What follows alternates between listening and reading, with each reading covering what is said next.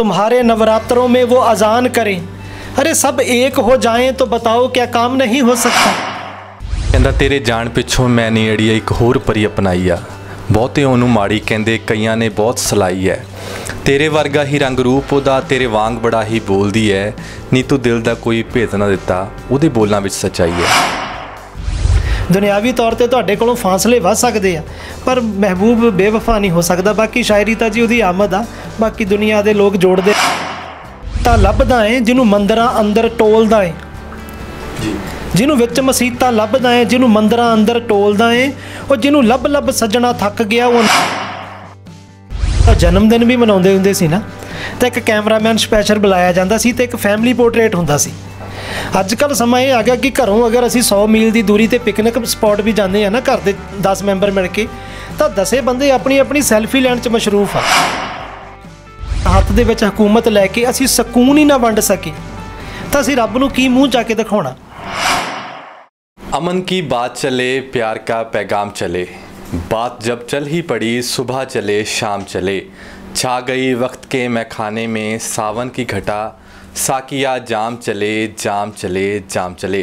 सत श्री अकाल जी, हकीकत टीवी पंजाबी देख रहे दर्शकों का स्वागत है। मैं हाँ नरिंदर कलेर, तो अज जिहड़ियां गल्लां होण जा रही ने बड़े सुकून दियां रूहदारी दियां गल्लां होणगियां, क्योंकि साडे नाल जो शायर बैठे ने वो अक्सर अपनी शायरी च हमेशा रब दियां सुकून दियां ते इंसानियत दियां गल्लां करदे ने, जिसनूं सुन के जिस तरह अजकल दा माहौल बनया होया है। जेकर गल कीती जावे बीते 6 महीनों की करोना का जां अजकल दा जो माहौल बनया होया सरकारां ने बना रखा है, उसनूं कुछ समय लिए असी सुकून दे पलां च तब्दील करन दी कोशिश करांगे।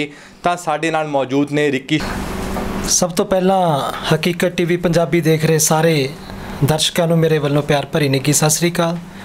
तुसी मेरी निमाणी कलम नूं, मेरे निमाणे बोलां नूं माण बख्शिया जी, तह दिलों तो शुक्रगुजार हाँ। तो यही कहूँगा कि कुछ दिल दे विच तन्हाइयां ने जो तुहाडे अगे हाज़र है, कुछ कीतियां लापरवाहियां ने जो तुहाडे अगे हाज़र है, कुछ बेतुके जे गीत मेरे, कुछ टुटी फुटी शायरी है, कुछ रिक्की को रुबाइयां ने जो तुहाडे अगे हाज़र है। तो दिल दियां गल्लां ने जी, तुसी दिल दियां गल्लां सुनदे हो, तुसी मुहब्बत नूं प्यार करदे हो, लबरेज़ हो, तुहाडे अंदर इंसानियत है, क्योंकि जो इंसानियत नूं मुहब्बत करदा वही इंसानां दी कदर करदा। तो अज मैनूं स्टूडियो च आके तुहानूं सारिआं नूं मिल के, पूरी टीम नूं मिल के बहुत खुशी हुई है जी। सो जिस तरह तुसी शायरी सुनी है इंसानियत दी, तो जिस तरह अज का माहौल बनया होया है, जेकर गल की जाए हर नौजवान, हर बच्चा, हर बजुर्ग उसके अंदर एक ना कालीपन जरूर रहिंदा है कि हुणे मैं की सोच लिया, की कर ला। तो जेकर सुकून की गल की जाए तो हर एक बंदा ये जरूर चाहता है कि सुकून मिल जाए, पर वो सुकून कित्थों आना है, किस तरह आना है, इस ते गलबात करते हैं। तो शुरुआत करते हैं कि जो शायरी है, जेकर उसनूं जदों भी कोई शायर लिखता है तो उसका वेला किहड़ा हुंदा है, किहड़ा सुकून का वो पल हुंदे ने जदों शायर शायरी लिखता है। शायरी एक ऐसी चीज़ है जो उस परमात्मा की आमद है। तुसी संगीत भी सीख सकते हो ना, तुसी गायकी भी किसी हद तक सीख सकते हो, लेकिन शायरी जिहड़ी है ख्याल आ, एक ख्याल की उपज, वो एक आमद आ उस परमात्मा की। वो कदों तुहाडे अंदर उपज पैदा होंदी है, कदों लिखते हो तो उहदी जिक्र आ। बाकी एक दुनियावी गल है कि हवा बिरहो दी वगदी है तो शायरी जन्म लैंदी है, सट दिल ते लगदी है तो शायरी जन्म लैंदी है। ये गल्लां हो जांदियां शायरां दे नाल। एक रुबाई मैनूं पुरानी याद आ गई लिखी हुई, उहदे चंद लाइनां ने कि हुसन वाले दिल दे काले भावें रंग इन्हां दा साफ होवे। हुसन वाले दुनियादारी, हुसन वाले दिल दे काले भावें रंग इन्हां दा साफ होवे, लखां दिल तोड़ के ने कहंदे हर जुल्म इन्हां दा माफ़ होवे। दिल लगी करदे हमेशा ना दिल दी लगी करदे कदे, हंझूआं दे विच रोल के कहंदे इन्हां दे हक इंसाफ होवे। हर एक दी जिंदगी इन्हां ने पैरां थल्ले रोल दित्ती, फिर भी चाहुंदे हर दिल दे विच इन्हां दा ही खाब होवे। टुट्टे दिल दे कागज़ उत्ते रिक्की शायरी करदा है, जदों तन्हाई दा वेला यादां दी कलम ते हंझूआं दी शराब होवे, हंझूआं दी शराब होवे। सो शराब की गल चली है, तो अक्सर जिस तरह साडे चैनल ते दोस्तां दे जां सुनन वालियां दे मैसेज आउंदे रहिंदे ने कि सानूं जदों भी शायरी दा समा मिलदा है तां असीं जिस तरह अजकल माहौल बनया होया है, टीवी ते जो कुछ देखदे हां जां चैनल्स ते देखदे हां तां बड़ा ही गलत माहौल जिहा बनता जा रहा है, हथियारों की गल की जा रही है, जां कर गल की जाए जो भी शायर ने जां गीतकार ने उन्हां दे लहजे बदले हुए ने।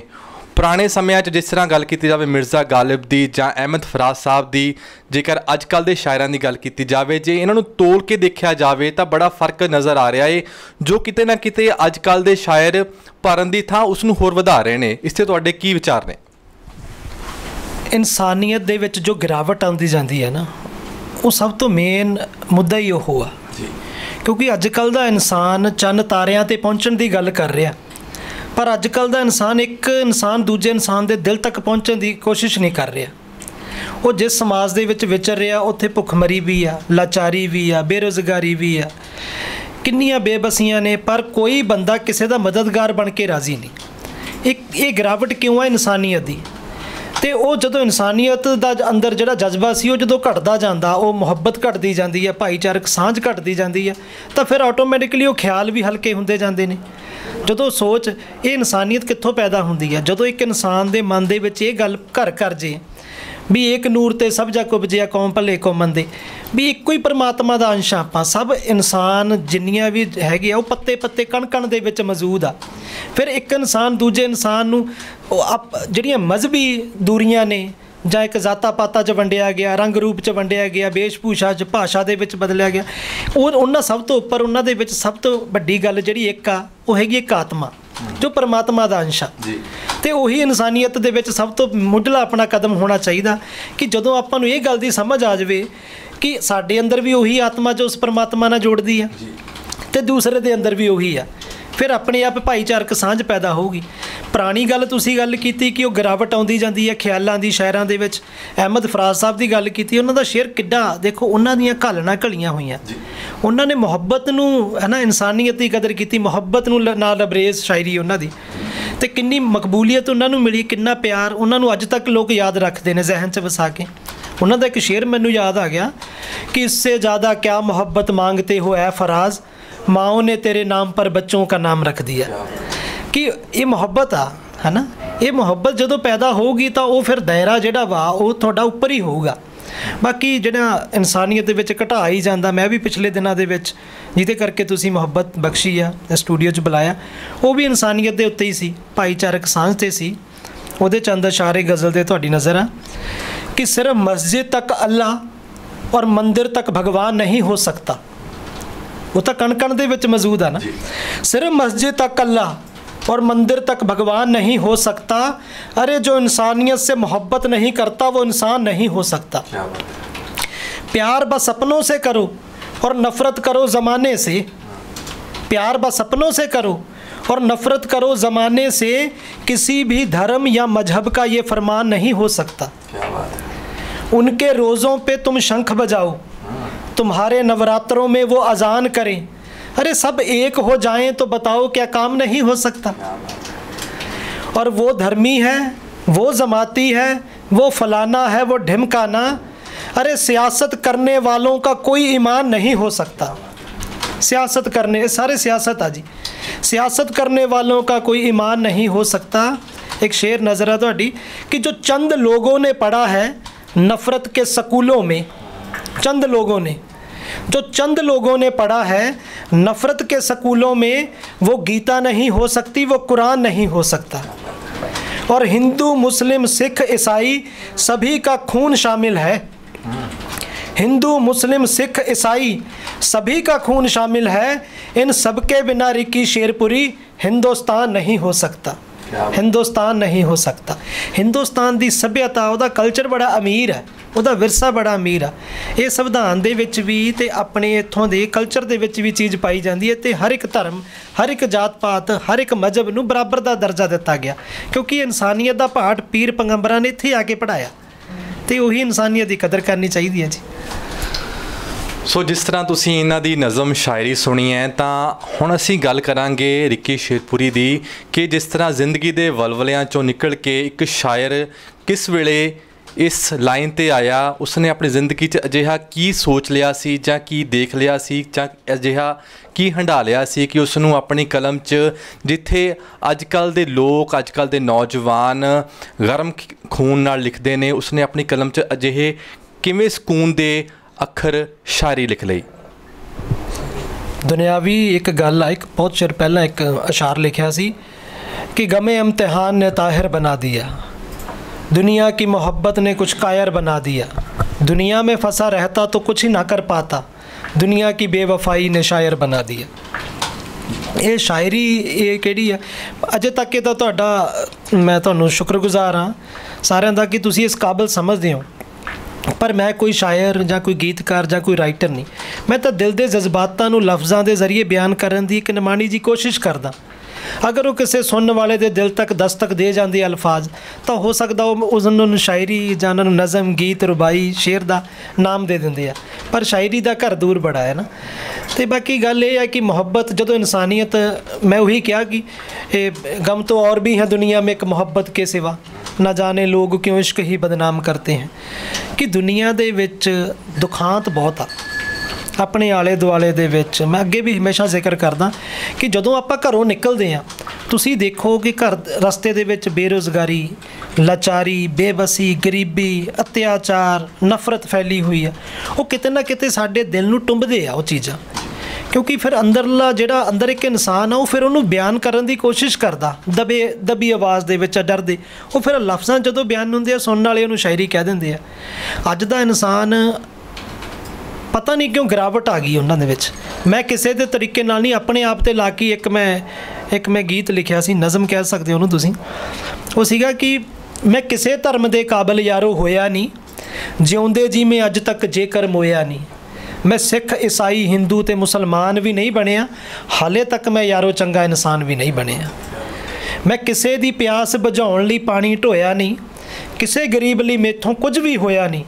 ਮੈਂ ਕਿਸੇ ਦੇ ਦਿਲ ਵਿੱਚ ਧੜਕਾਂ ਉਹ ਅਰਮਾਨ ਵੀ ਨਹੀਂ ਬਣਿਆ, ਹਾਲੇ ਤੱਕ ਮੈਂ ਯਾਰੋ ਚੰਗਾ ਇਨਸਾਨ ਵੀ ਨਹੀਂ ਬਣਿਆ। ਦੇਖੋ ਕਿੰਨਾ ਸੋਹਣਾ ਇਹਦੇ ਵਿੱਚ ਬਣਦਾ ਕਿ ਆਪਣੀ ਜ਼ਾਤ ਨੂੰ ਲੈ ਸਭ ਕੂਕਦੇ ਨੇ, ਕੌੜਾ ਸੱਚ ਅੱਜ ਦਾ ਹੈ। ਆਪਣੀ ਜ਼ਾਤ ਨੂੰ ਲੈ ਸਭ ਕੂਕਦੇ ਨੇ, ਮਰਨ ਤੋਂ ਬਾਅਦ ਵੀ ਅਲੱਗ-ਅਲੱਗ ਜਗ੍ਹਾ 'ਤੇ ਫੂਕਦੇ ਨੇ। ਜੋ ਇਸ ਮਿੱਟੀ ਨੂੰ ਇੱਕ ਕਰਦੇ ਉਹ ਸ਼ਮਸ਼ਾਨ ਵੀ ਨਹੀਂ ਬਣਿਆ, ਹਾਲੇ ਤੱਕ ਮੈਂ ਯਾਰੋ ਚੰਗਾ ਇਨਸਾਨ ਵੀ ਨਹੀਂ ਬਣਿਆ। ਨੰਗੇ ਦਾ ਤਨ ਢੱਕ ਸਕਾਂ, ਭੁੱਖੇ ਨੂੰ ਦੇਵਾਂ ਨਿਵਾਲਾ, ਅਸੀਸ ਕਿਸੇ ਦੀ ਲੈ ਸਕਾਂ, ਕੁਝ ਕੀਤਾ ਨਹੀਂ ਉਪਰਾਲਾ। ਪਛਤਾਵੇ ਦੀ ਗੰਗਾ 'ਚ ਕਰਾਂ ਇਸ਼ਨਾਨ ਵੀ ਨਹੀਂ ਬਣਿਆ, ਓਏ ਹਾਲੇ ਤੱਕ ਮੈਂ ਯਾਰੋ ਚੰਗਾ ਇਨਸਾਨ ਵੀ ਨਹੀਂ ਬਣਿਆ। ਕੋਈ ਐਸਾ ਗੀਤ ਨਹੀਂ, ਤੁਸੀਂ ਕਹਿੰਦੇ ਹੋ ਕਿ ਮੈਂ ਸ਼ਾਇਰ ਹਾਂ, ਮੇਰੇ ਅੰਦਰ ਇੱਕ ਅਜੇ ਵੀ ਤੜਪ ਹੈ ਕਿ ਕੋਈ ਐਸਾ ਗੀਤ ਨਹੀਂ ਲਿਖਿਆ ਜੋ ਰੂਹ ਝੰਜੋੜ ਦਵੇ, ਕਿਸੇ ਆਸ਼ਿਕ ਦੇ ਟੁੱਟੇ ਦਿਲ ਨੂੰ ਜੋੜ ਦਵੇ। ਰਿੱਕੀ ਸ਼ੇਰਪੁਰੀ ਅੱਗੇ ਜਾਣ ਲਈ ਸਮਾਨ ਵੀ ਨਹੀਂ ਬਣਿਆ, ਹਾਲੇ ਤੱਕ ਮੈਂ ਯਾਰੋ ਚੰਗਾ ਇਨਸਾਨ ਵੀ ਨਹੀਂ ਬਣਿਆ। ਕਿਆ ਬਾਤ ਹੈ। ਕਹਿੰਦਾ ਤੇਰੇ ਜਾਣ ਪਿੱਛੋਂ ਮੈਂ ਨੀ ਅੜੀਏ ਇੱਕ ਹੋਰ ਪਰੀ ਅਪਣਾਈ ਆ, ਬਹੁਤੇ ਉਹਨੂੰ ਮਾੜੀ ਕਹਿੰਦੇ, ਕਈਆਂ ਨੇ ਬਹੁਤ ਸਲਾਈ ਹੈ। ਤੇਰੇ ਵਰਗਾ ਹੀ ਰੰਗ ਰੂਪ ਉਹਦਾ, ਤੇਰੇ ਵਾਂਗ ਬੜਾ ਹੀ ਬੋਲਦੀ ਹੈ, ਨੀ ਤੂੰ ਦਿਲ ਦਾ ਕੋਈ ਭੇਤ ਨਾ ਦਿੱਤਾ, ਉਹਦੇ ਬੋਲਾਂ ਵਿੱਚ ਸੱਚਾਈ ਹੈ। ਸੋ ਗੱਲ ਕਰਨ ਜਾ ਰਹੇ ਹਾਂ ਇਸ ਸ਼ਾਇਰ ਦੇ ਜ਼ਿੰਦਗੀ ਜਵਾਨੀ ਬਾਰੇ ਕਿ ਇਹਨਾਂ ਦੀ ਜ਼ਿੰਦਗੀ 'ਚ ਕੋਈ ਅਜਿਹੀ ਘਟਨਾ ਵਾਪਰੀ ਹੋਵੇ ਜਾਂ ਕੋਈ ਇਸ ਜੋ ਸ਼ਾਇਰੀ 'ਚ ਕੋਈ ਲੜਕੀ, ਕਈ ਵਾਰ ਸ਼ਾਇਰਾਂ 'ਚ ਜੋ ਅੱਜ ਕੱਲ੍ਹ ਦੇਖਦੇ ਹਾਂ ਮੁੰਡਿਆਂ 'ਚ ਜੋ ਸ਼ਾਇਰੀ ਲਿਖਦੇ ਨੇ ਅਕਸਰ ਲੜਕੀ ਕਰਕੇ ਉਹ ਆਪਣੀ ਕਲਮ ਚੁੱਕਦੇ ਨੇ, ਅਤੇ ਇਹਨਾਂ ਦੀ ਜ਼ਿੰਦਗੀ 'ਚ ਕੁਝ ਅਜਿਹੀ ਘਟਨਾ ਵਾਪਰੀ ਹੋਵੇ ਜਿਸ ਨਾਲ ਇਹ ਸ਼ਾਇਰ ਬਣੇ ਹੋਣ। ਆਓ ਗੱਲ ਕਰਦੇ ਹਾਂ। ਇਸ਼ਕ ਇਹ ਬਹੁਤ ਵੱਡੀ ਚੀਜ਼ ਹੈ, ਇਸ਼ਕ ਇਬਾਦਤ ਹੈ ਨਾ। ਇਸ਼ਕ ਤੋਂ ਉੱਪਰ ਮੈਂ ਨਹੀਂ ਸਮਝਦਾ ਵੀ ਦੁਨੀਆ 'ਤੇ ਕੋਈ ਚੀਜ਼ ਹੋ ਸਕਦੀ ਹੈ ਨਾ। ਬਾਕੀ ਤੁਸੀਂ ਇੱਕ ਗੱਲ ਕੀਤੀ ਕਿ ਜਦੋਂ ਉਸ ਅਵਸਥਾ ਦੇ ਵਿੱਚ ਆ ਜਾਂਦਾ ਤਾਂ ਫਿਰ ਨਾ ਆਪਣੇ ਅੰਦਰ ਵੀ ਕਹਿੰਦੇ ਉਹ ਮਹਿਬੂਬ ਬੋਲਣ ਲੱਗ ਜਾਂਦਾ। ਮੈਨੂੰ ਫਿਰ ਤੁਹਾਡੀ ਗੱਲਾਂ 'ਚੋਂ ਯਾਦ ਆ ਗਿਆ, ਤੁਹਾਡਾ ਬਹੁਤ ਸ਼ੁਕਰੀਆ। ਕਿ ਸ਼ੀਸ਼ੇ ਵਿੱਚ ਆਪਣੀ ਸ਼ਕਲ ਵੇਖਾਂ ਮੈਂ ਉਹਨੂੰ, ਉਹ ਮੈਨੂੰ ਤੱਕਦੀ ਏ, ਮੈਂ ਉਹਨੂੰ ਪਾਗਲ ਕਹਿੰਦਾ ਵਾਂ, ਉਹ ਮੈਨੂੰ ਜੋਕਰ ਦੱਸਦੀ ਏ। ਮੈਨੂੰ ਉਹਦੀ ਹਾਲਤ 'ਤੇ ਤਰਸ ਆਵੇ ਤਾਂ ਉਹ ਬਦਸੂਰਤ ਕਹਿ ਕੇ ਹੱਸਦੀ ਏ। ਗੁੱਸਾ ਤਾਂ ਮੈਨੂੰ ਆਉਂਦਾ ਏ ਪਰ ਉਹਦੀ ਨਜ਼ਰ ਮੈਨੂੰ ਕਾਬੂ ਰੱਖਦੀ ਏ, ਕਿਉਂਕਿ ਉਹਦੀਆਂ ਨਜ਼ਰਾਂ ਵਿੱਚ ਰਿੱਕੀ ਦੇ ਮਹਿਬੂਬ ਦੀ ਸ਼ਕਲ ਵੀ ਵੱਸਦੀ ਏ। ਕਿ ਜਦੋਂ ਇੱਕ ਦੂਜੇ ਦੇ ਵਿੱਚ ਮਿਲਾਪ ਹੋ ਜਾਵੇ, ਇੱਕ ਦੂਜੇ ਨਾਲ ਜੁੜ ਜਾਵੇ, ਉਸ ਅਵਸਥਾ ਤੱਕ ਇਸ਼ਕ ਪਹੁੰਚ ਜਾਏ, ਫਿਰ ਕਦੇ ਬੇਵਫਾਈ ਜਾਂ ਉਹ ਦੂਰੀਆਂ ਨਹੀਂ ਪੈਂਦੀਆਂ ਹੈ ਨਾ।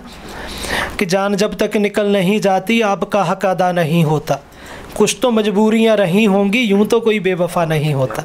तो बेवफाई वाला तो इदां दा कोई आलम नहीं होया जी। जिवें दुनियावी इश्क की गल करिए, महबूब आ तो जिहड़ा इश्क आ, ये इश्क बड़ा है ना, ये एक डाकू है। ये तुहाडे कोलों बहुत कुछ लै लैंदा। कि बाजी खेडी इश्के दी तेरे इश्क दे बदले प्यार गया, ਲੱਖਾਂ ਦੀ ਕੀਮਤ ਵਿੱਚ ਮੇਰਾ ਖੋਟਾ ਦਿਲ ਨਤਾਰ ਗਿਆ। इश्क वखरी किस्म दा डाकू है ਜਿਹੜਾ ਲੁੱਟ ਮੇਰਾ करार गया ਉਹ ਜੋ ਅੱਖ ਮਿਲਾ ਕੇ ਜਿੱਤ ਗਿਆ ਰਿੱਕੀ ਅੱਖ ਮਿਲਾ ਕੇ ਹਾਰ ਗਿਆ। ਇਹ ਮਹਿਬੂਬ ਦੀ ਜਿਹੜੀ ਯਾਦ ਆ ਉਹ ਤਾਂ ਤੁਹਾਡੇ ਅੰਦਰ ਘਰ ਕਰ ਜਾਂਦੀ ਹੈ। ਮਹਿਬੂਬ ਕਦੇ ਬੇਵਫਾ ਨਹੀਂ ਹੋ ਸਕਦਾ। ਤੁਹਾਡਾ ਜਿਹੜਾ ਆਪਣਾ ਮਨ ਜਿਸਮਾਨੀ ਦੂਰੀਆਂ ਪੈ ਸਕਦੀਆਂ ਨੇ, ਦੁਨਿਆਵੀ ਤੌਰ 'ਤੇ ਤੁਹਾਡੇ ਕੋਲੋਂ ਫਾਸਲੇ ਵੱਧ ਸਕਦੇ ਆ, ਪਰ ਮਹਿਬੂਬ ਬੇਵਫਾ ਨਹੀਂ ਹੋ ਸਕਦਾ। ਬਾਕੀ ਸ਼ਾਇਰੀ ਤਾਂ ਜੀ ਉਹਦੀ ਆਮਦ ਆ। ਬਾਕੀ ਦੁਨੀਆ ਦੇ ਲੋਕ ਜੋੜਦੇ ਰਹਿੰਦੇ ਆ ਕਿ ਸ਼ਾਇਦ ਪਤਾ ਨਹੀਂ ਕੋਈ ਧੋਖਾ ਮਿਲ ਗਿਆ ਇਹ ਆ ਉਹ ਆ, ਪਰ ਮੈਂ ਬੜਾ ਸ਼ੁਕਰਗੁਜ਼ਾਰ ਹਾਂ ਆਪਣੇ ਪਰਮਾਤਮਾ ਦਾ, ਉਸ ਅੱਲਾਹ ਤਾਲਾ ਦਾ ਕਿ ਮੈਂ ਅਜੇ ਬਚਿਆ, ਕਿ ਮੈਨੂੰ ਇਸ਼ਕ ਤਾਂ ਇਨਸਾਨੀਅਤ ਦੇ ਨਾਲ ਹੀ ਆ ਅਤੇ ਇਨਸਾਨੀਅਤ ਦੇ ਵੱਲੋਂ ਮੈਨੂੰ ਕਦੇ ਧੋਖਾ ਨਹੀਂ ਮਿਲਿਆ।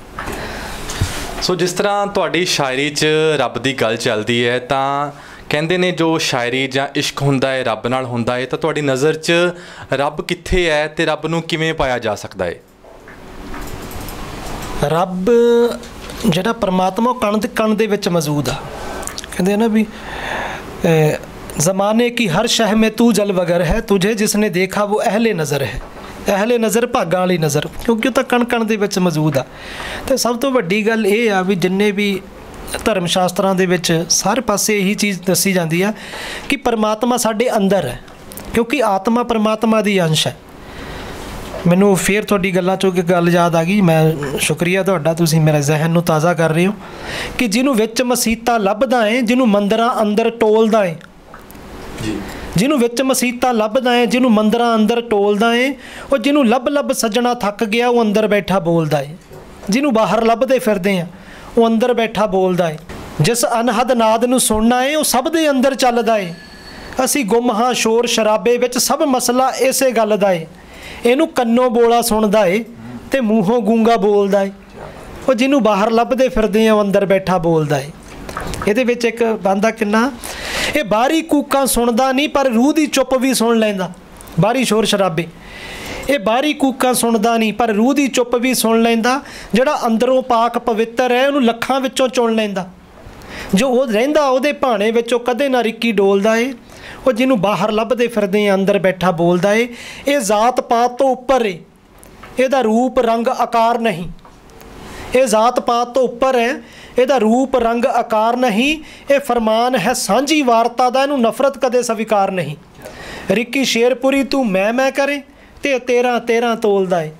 ਉਹ ਜਿਹਨੂੰ ਲੱਭ ਸੱਜਣਾ ਥੱਕ ਗਿਆ ਉਹ ਅੰਦਰ ਬੈਠਾ ਬੋਲਦਾ ਏ। ਜਿਹਨੂੰ ਬਾਹਰ ਲੱਭਦੇ ਫਿਰਦੇ ਆ ਉਹ ਘਰ ਦੇ ਅੰਦਰ ਬੋਲਦਾ ਏ। ਪਰਮਾਤਮਾ ਦਾ ਹੀ ਅੰਦਰ ਹੀ ਬੈਠਾ। ਬਾਹਰੋਂ ਆਪਾਂ ਜਿੰਨੇ ਵੀ ਧਰਮ ਸਥਾਨ ਆ, ਇਹ ਇੱਕ ਪਾਠਸ਼ਾਲਾ। ਇੱਥੋਂ ਅਸੀਂ ਹੋਮਵਰਕ ਲੈ ਕੇ ਘਰੇ ਆਉਣਾ, ਉਹ ਪਾਠ ਪੜ੍ਹਾਇਆ ਜਾਂਦਾ ਅਤੇ ਘਰੇ ਬੈਠ ਕੇ ਉਹ ਜਿਹੜਾ ਹੋਮਵਰਕ ਕਰਨਾ ਉਹਦੇ ਨਾਲ ਹੀ ਗਿਆਨ ਮਿਲਣਾ। ਪਰਮਾਤਮਾ ਨੂੰ ਅੰਦਰ ਹੀ ਪਾਉਣਾ। ਬਸ ਪਰਮਾਤਮਾ ਅੰਦਰ ਹੀ ਬੈਠਾ ਜੀ ਆਪਣੇ ਸਾਰਿਆਂ ਦੇ।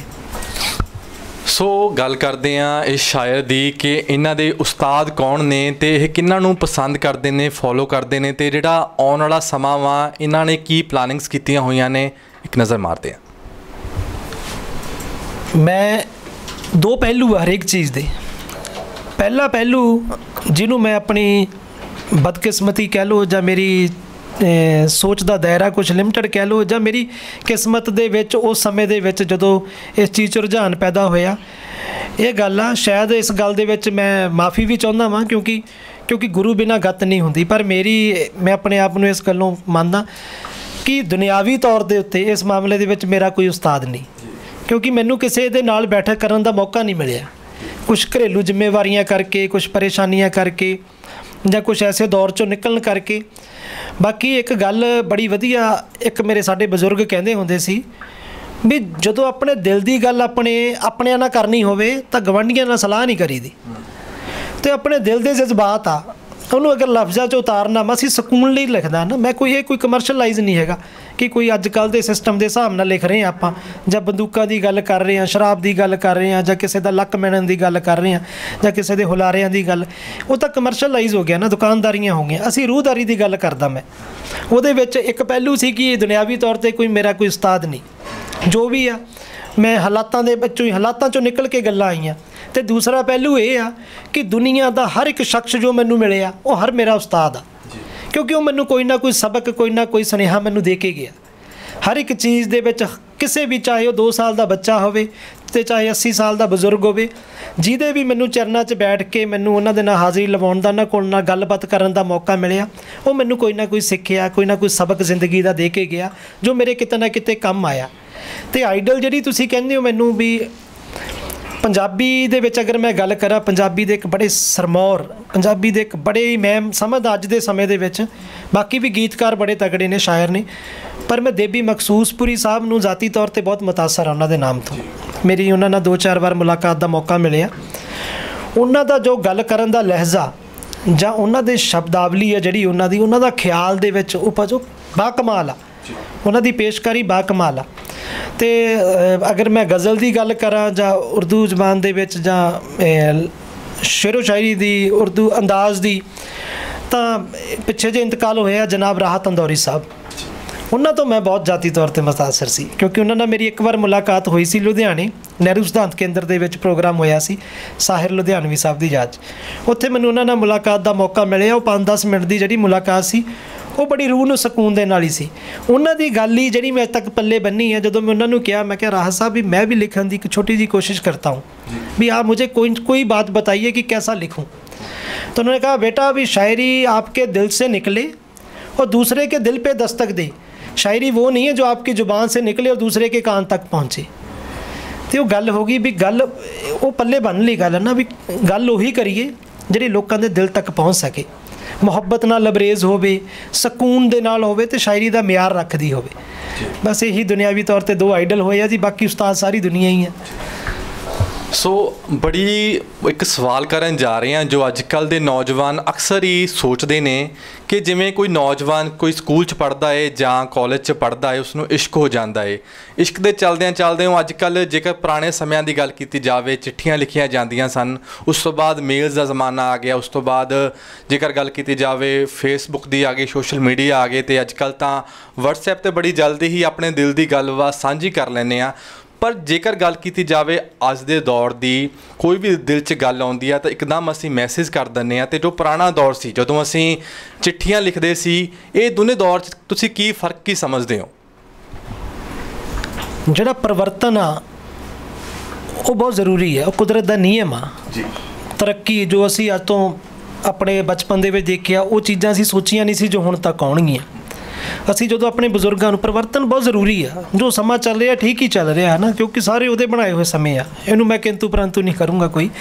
ਕਿਉਂਕਿ ਜਦੋਂ ਅਸੀਂ ਆਪਣੇ ਬਜ਼ੁਰਗਾਂ ਨੂੰ ਸੁਣਦੇ ਹੁੰਦੇ ਸੀ, ਤੁਸੀਂ ਵੀ ਇਹ ਗੱਲ ਨੋਟ ਕੀਤੀ ਹੋਣੀ ਆ, ਸਾਡੇ ਬਜ਼ੁਰਗ, ਸਾਡੇ ਦਾਦਾ ਜੀ ਹੋਣੀ, ਸਾਡੇ ਬਾਪੂ ਜੀ ਹੋਣੀ ਇਹ ਗੱਲ ਕਰਦੇ ਵੀ ਸਾਡਾ ਵੇਲਾ ਬੜਾ ਚੰਗਾ ਸੀ ਯਾਰ, ਉਹ ਵੇਲਾ ਬੜਾ ਚੰਗਾ ਸੀ, ਇੱਕ ਛੱਤ ਥੱਲੇ ਬੈਠ ਕੇ ਰੋਟੀ ਖਾਂਦੇ ਸੀ, ਸਾਂਝਾ ਚੁੱਲ੍ਹਾ ਹੁੰਦਾ ਸੀ, ਪਰਿਵਾਰ ਦੇ ਵਿੱਚ ਟਾਈਮ ਹੁੰਦਾ ਸੀ। ਅੱਜ ਦੇ ਸਮੇਂ ਦੇ ਵਿੱਚ ਉਹਨਾਂ ਨੂੰ ਇਹ ਲੱਗਦਾ ਵੀ ਸਾਰੇ ਆਪਣੇ ਆਪਣੇ ਕੰਮਾਂ 'ਚ ਬਿਜ਼ੀ ਹੋ ਗਏ। ਇੱਕ ਨੌਜਵਾਨ ਜਿਹੜੀ ਅੱਜ ਕੱਲ੍ਹ ਦੀ ਪੀੜ੍ਹੀ ਆ, ਉਹ 150-200 ਦਾ ਰੀਚਾਰਜ ਕਰਵਾ ਕੇ, ਨੈੱਟ ਪੈਕ ਪਵਾ ਕੇ, ਉਹ ਆਪਣੇ ਆਪ ਨੂੰ ਬਹੁਤ ਗੁਣਵਾਨ ਸਮਝਣ ਲੱਗ ਗਏ। ਉਹਨਾਂ ਨੂੰ ਲੱਗਦਾ ਮੈਂ ਪੂਰੀ ਦੁਨੀਆ ਆਪਣੇ ਹੱਥ 'ਚ ਕੈਦ ਕਰ ਲਈ, ਉਹਦੇ ਵਿੱਚ ਹੀ ਬਿਜ਼ੀ ਹੋਏ ਆ। ਅੱਗੇ ਇੱਕ ਸਮਾਂ, ਇੱਕ ਛੋਟੀ ਜਿਹੀ ਗੱਲ, ਐਗਜ਼ਾਮਪਲ ਹੀ ਇੱਕ ਤਰ੍ਹਾਂ ਦੀ, ਕਿੱਡੀ ਵੱਡੀ ਗੱਲ ਸੀ। ਅਗਰ ਘਰ ਦੇ ਵਿੱਚ ਆਪਾਂ ਕਿਸੇ ਬੱਚੇ ਦਾ ਜਨਮ ਦਿਨ ਵੀ ਮਨਾਉਂਦੇ ਹੁੰਦੇ ਸੀ ਨਾ, ਤਾਂ ਇੱਕ ਕੈਮਰਾਮੈਨ ਸਪੈਸ਼ਲ ਬੁਲਾਇਆ ਜਾਂਦਾ ਸੀ ਅਤੇ ਇੱਕ ਫੈਮਿਲੀ ਪੋਰਟਰੇਟ ਹੁੰਦਾ ਸੀ। ਅੱਜ ਕੱਲ੍ਹ ਸਮਾਂ ਇਹ ਆ ਗਿਆ ਕਿ ਘਰੋਂ ਅਗਰ ਅਸੀਂ 100 ਮੀਲ ਦੀ ਦੂਰੀ 'ਤੇ ਪਿਕਨਿਕ ਸਪੌਟ ਵੀ ਜਾਂਦੇ ਹਾਂ ਨਾ, ਘਰ ਦੇ 10 ਮੈਂਬਰ ਮਿਲ ਕੇ, ਤਾਂ 10 ਬੰਦੇ ਆਪਣੀ ਆਪਣੀ ਸੈਲਫੀ ਲੈਣ 'ਚ ਮਸ਼ਰੂਫ ਆ। ਇੱਕ ਬੜਾ ਖੂਬਸੂਰਤ ਸ਼ੇਰ ਮੈਂ ਪੜ੍ਹਿਆ ਸੀ, ਕਿਸੇ ਕਮਾਲ ਦੇ ਸ਼ਾਇਰ ਦਾ ਲਿਖਿਆ ਕਿ ਕਰੇਗਾ ਕੌਣ ਅਬ ਫੋਕਸ ਕਿਸੀ ਪਰ, ਸਭ ਆਪਣੀ ਆਪਣੀ ਸੈਲਫੀ ਲੈ ਰਹੇ ਹੈ।